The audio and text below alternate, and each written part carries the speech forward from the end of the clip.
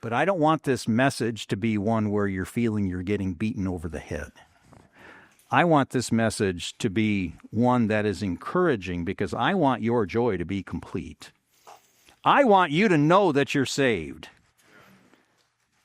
I'm going to confess, I know that over the years, I may have been guilty in this pulpit of not helping you with that. That I may have said things in this pulpit that were not helpful at all. I know that I meant well, but I may not have been gentle per Tony. I may not have been kind per me recently, because have I said things to you all that have in essence been beating you over the head in a manner and having you question your salvation over and over and over again? I don't want God's people walking out of here thinking they're lost. I want you walking out of here knowing that you're saved. Our Bibles want God's people to know that they're Christians. Our Bibles want you to have assurance that you're a Christian. And I know some people can say, but Jeff, my faith is weak. I say, where did your weak faith come from? If you have, we know Jesus uses the example, faith of a mustard seed. What can you do with a mustard seed? Can you only move this Bible 2 inches to the left or 2 inches to the right? Jesus is trying to teach. He says, no, a faith of a mustard seed can say to that mountain, into the sea with you. That's weak faith. Romans 12:3 tells us that God has assigned each of his people a measure of faith. If faith can move a mountain into the sea, don't you think faith that of a mustard seed can save your soul?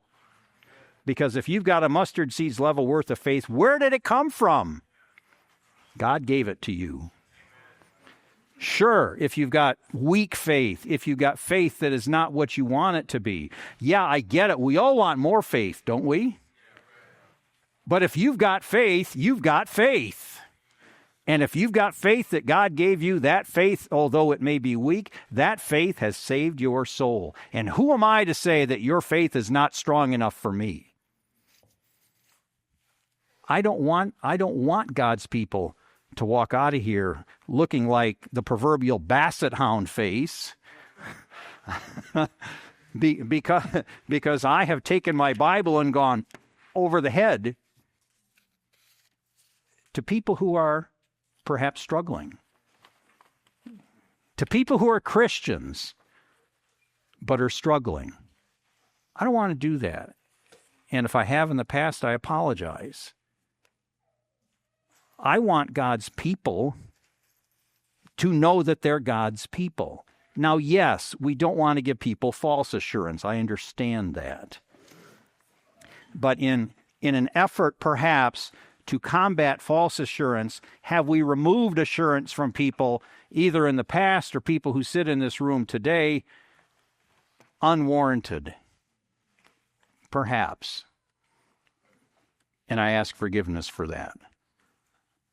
I want to be balanced. I want to preach the whole counsel. I want to help God's sheep if they're weak. I want to help God's sheep if they're strong. We all who stand in this pulpit ought to want to do that because people listen to us. And if repeatedly people walk out of this room hanging their heads because they don't think they're saved, because they haven't met Jeff's standard of what their faith should be, shame on me.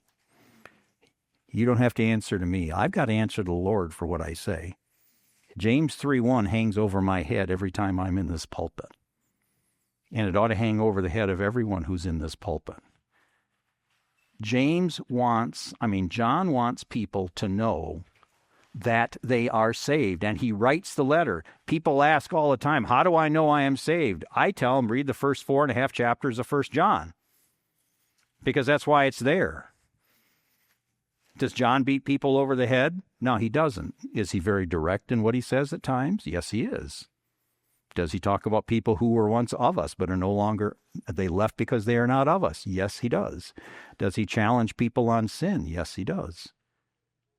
But he wants people in all of that to know, 1 John 5:13, that they are indeed saved. So I want to help people know that today, because I don't want to be the agent. Again, is this a little bit selfish? Probably, but I don't want to be the agent to lead somebody into apostasy. I don't want to have somebody give up because of what I said. And I think there's a lesson for all of us. We don't want to be the one by whom somebody gives up, because we've taken somebody and we have done something, said something that is so harsh and so repeated that they think, what's the use?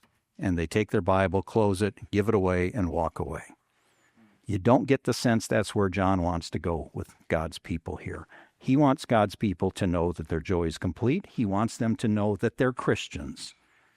And one of the means that he's going to use is what we see here in chapter 1, in verses 5 through 10, specifically in verses 8, 9, and 10. But he's been talking about fellowship leading up to verse 8.